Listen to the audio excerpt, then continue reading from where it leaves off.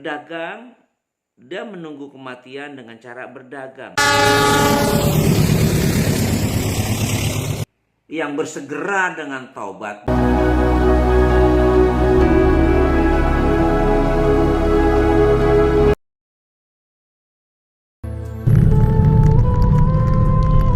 Assalamualaikum warahmatullahi wabarakatuh. Kembali di channel Ajo Sutarjo, channel wisata dan dakwah. Teman-teman semua, saudara-saudaraku sekalian yang berbahagia di mana saja berada, alhamdulillahirabbil alamin, bersyukur kita kehadirat Allah SWT. Dengan segala puji kita haturkan kepada Allah SWT bahwa kita hari ini masih diberikan kesehatan dari Allah, baik fisik maupun rohani, Islam, iman, serta insya Allah ketakwaan masih ada berada di hati kita semua. Para pemirsa yang berbahagia di mana saja berada, semoga Allah selalu merahmati kita. Kita dulu pada saat masih kecil, mungkin masih ingat barangkali pada saat kita ngaji di rumah-rumah, mungkin kita pernah mendengar ada ustadz atau pernah kita dengar ustadz berbicara bahwa nanti di yaumil akhir, di dunia akhirat sana, di hari kemudian itu, bahwa tangan, kaki, mata, semua anggota tubuh kita ini yang ada sekarang yang kita manfaatkan untuk hidup itu akan berbicara.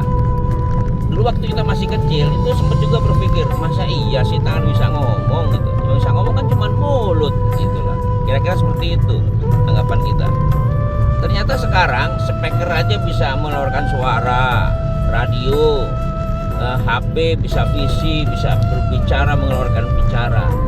Ternyata memang Rasulullah 1400 tahun yang lalu itu sudah menginformasikan dalam sabdanya. Itu pernah Rasulullah pada suatu kumpulan jamaah pada saat itu, para sahabat itu, Rasulullah pada saat mendatangi sekelompok sahabatnya itu sambil tersenyum, sambil tertawa kecil.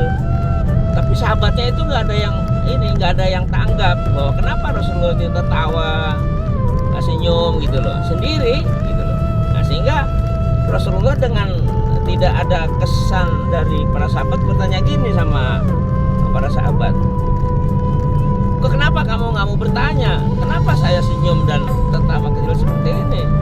Loh iya ya Rasul, kenapa kok Rasul senyum?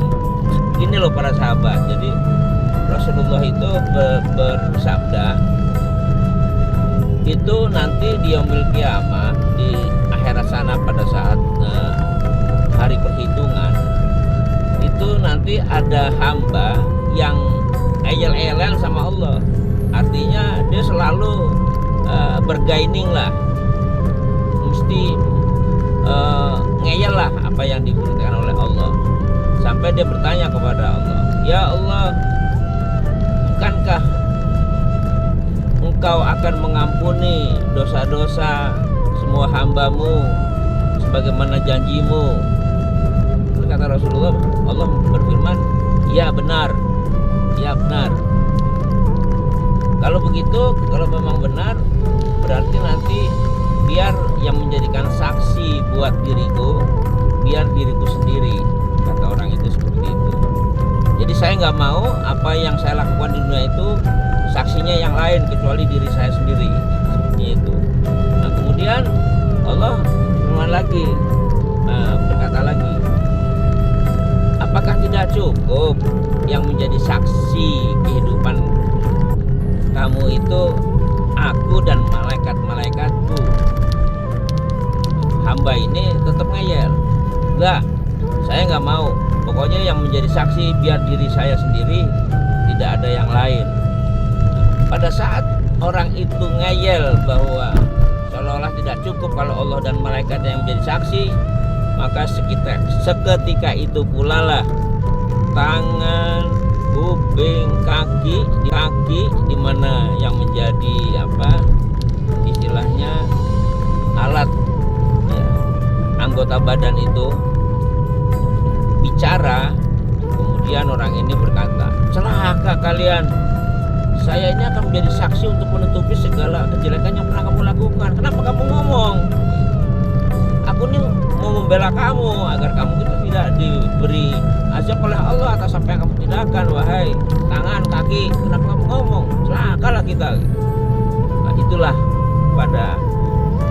pada kisah Rasulullah tersenyum sendiri itu karena Rasul mendapat pelajaran bahwa nanti di akhirat ada orang yang ngeyel seolah-olah tidak cukup dengan Allah dan para malaikat yang menjadi saksi apa yang pernah dilakukan di dunia. Sehingga pada saat itu pula lah tangan, anggota badan semua, panca indera kita semua itu berbicara atas apa yang pernah dilakukan di dunia, baik itu kebaikan atau kejelekan. Nah, pemirsa sekalian yang berbahagia, ini sekelumit informasi atau sabda Rasulullah yang menjadikan pelajaran buat kita bahwa semua itu akan menjadi saksi kepada kita. Bahkan bumi pun yang biasa kita tempat sujud dalam sholat itu akan menjadi saksi. Semua makhluk Allah itu bisa saja dijadikan saksi, karena mulut ini adalah cenderung kepada kebohongan. Mulut ini cenderung kepada membicarakan hal-hal yang tidak sebenarnya. Maka pada saat kita dulu belajar di waktu kecil, ada ustadz yang ngomong bahwa nanti mulut akan dibungkam dan tangan kaki akan berbicara.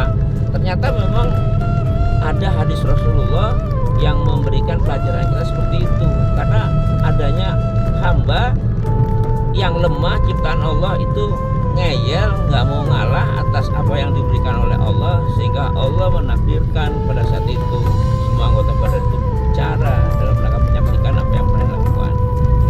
Jadi hadirin sekalian, para pemirsa di mana saja berada. Jadi kesimpulan dari hadis ini kita bisa ambil barangkali, yaitu bahwa marilah kita berbuat sebaik mungkin, karena di dunia pun CCTV menjadikan saksi kita dalam perbuatan itu di dunia, apalagi di akhirat. Dengan maha alimnya Allah, maha taunya Allah, maha bijaksananya Allah, maha segala-galanya, sesuatu yang menurut pikiran manusia tidak mungkin, Allah itu pada saat berkata kun fayakun, maka yang dikehendaki Allah pasti akan terjadi.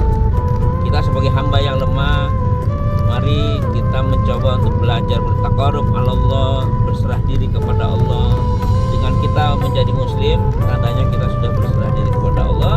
Apapun yang dijadikan keputusan Allah, kita harus menerima dengan lapang dada, menerima dengan ikhlas.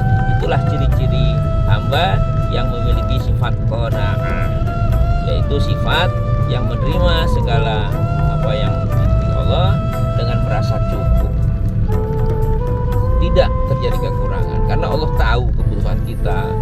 Tergantung hati kita sekarang. Kalau nurutin hawa nafsu, berapapun yang diberi, berapapun yang kita dapat, pasti akan terdapat kekurangan. Tapi kalau kita qanaah, apapun dan berapapun yang diberi oleh Allah, maka itu menjadikan takdir baik buat kita, dan kita berusaha untuk merasa cukup. Mungkin ini yang bisa saya sampaikan, mudah-mudahan bermanfaat buat diri kami sendiri yang dhaif, yang lemah, yang banyak kesalahan, juga para pendengar di video ini. Mudah-mudahan dengan beberapa menit ini menjadikan manfaat buat kita sekalian. Subhanakallahumma wa bihamdika asyhadu an la ilaha illa anta astaghfiruka wa atubu ilaik. Assalamualaikum warahmatullahi wabarakatuh.